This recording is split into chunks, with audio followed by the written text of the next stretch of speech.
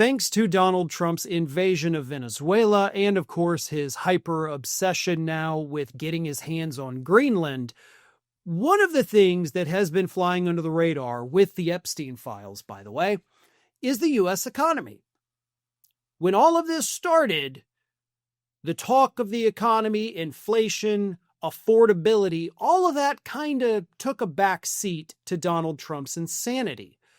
But yesterday, the problems with the U.S. economy became too big to ignore because everything tanked. And as of this morning, even more horrible economic things are happening inside of the United States. But let's start with what happened on Tuesday.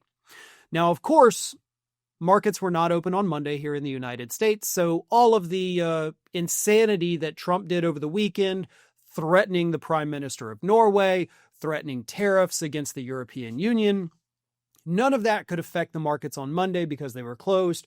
Tuesday, they open up and everything goes into a tailspin. Dow Jones down, 600 points. S&P 500 fell by 1.5%. NASDAQ Composite dropped by 1.8%.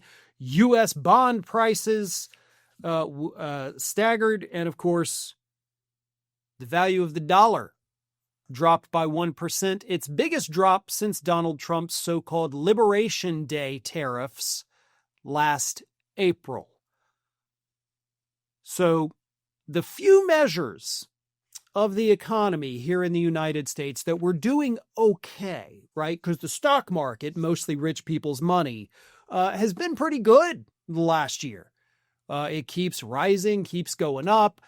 So on paper, because we only look at the stock market as a gauge of the economy, which is the dumbest thing we do as a country, but on paper it looked like, oh, everything's actually not that bad economically. And then our insane president, with his combination of crazy and stupid, can come out, do a couple of weird things over the weekend, threaten global stability essentially, and suddenly it sends those good economic markers into a tailspin. Now, the market can recover. In fact, this morning, the Dow's already up 282 points. So maybe it's going to come back.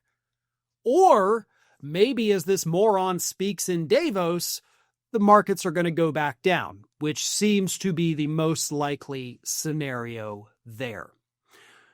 But this is just the tip of the iceberg in terms of bad economic news that we got.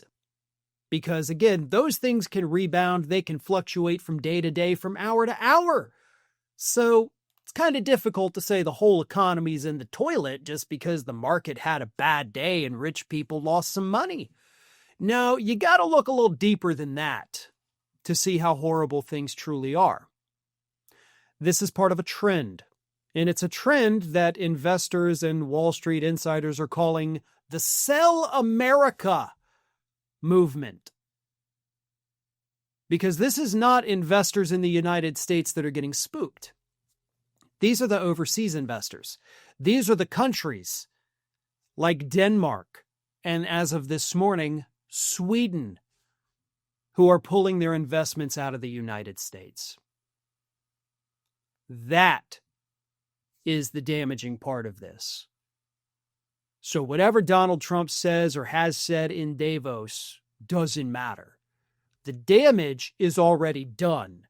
Sweden is not going to turn around after announcing this morning they're pulling out of the U.S. Treasury market and then say, oh, okay, we'll put that money right back. That's not going to happen. Denmark, the state pension funds, not all of them, but some of them, held in U.S. bond markets, they pulled those out yesterday. Sweden pulls out today. This is a trend, and it is going to continue as we see more of these European countries that Donald Trump continues to threaten pull out of the United States. This is exactly what economists have been predicting with Donald Trump's unpredictability.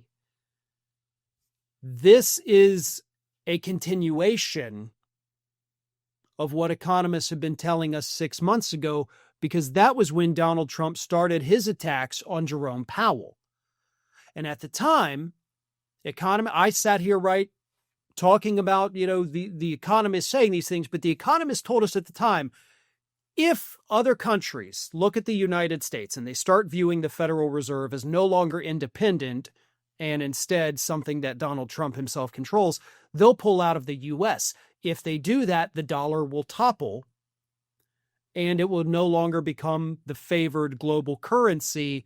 Other currencies, possibly even the euro, will take its place as the global standard. Okay, of all those things happening, we're like 80% of the way there. Okay? 80% of all what economists predicted has now happened. It's happening as we speak, with these other countries pulling their money out of the United States. All that's left at this point is for the dollar to lose even more value and be replaced as the global standard. When that happens, the economic might of the United States, our ability to borrow money from other countries as we rack up tremendous amounts of debt, goes away. It doesn't just diminish, it goes away. And even if we can limp along for just a couple more months trying to get things right, it won't matter, because what happens in May? Jerome Powell's term as Fed chair ends. When that ends, Trump gets to pick the replacement, and it's most likely going to be his economic advisor, Kevin Hassett, who has said that affordability doesn't exist and people need to suck it up, prices aren't going up. So he's a Trump sycophant, and at that point in May, Trump will control the Fed. So if all of these horrible predictions, the rest of them, I guess I should say, from economists haven't come to fruition by that time, they will when we hit that point. So right now we are on borrowed time with the economy. And we saw it play out yesterday. Again, it is playing itself out right now as other countries are pulling their money, saying, we're not going to be a part of this. We do not trust it. This man can tank the economy with a post on Truth Social. We're not going to be a part of that. That would be very dumb to invest our country's, government pensions in this market where if this guy says something stupid in a press briefing, we lose all of our retirement? Why would we do that?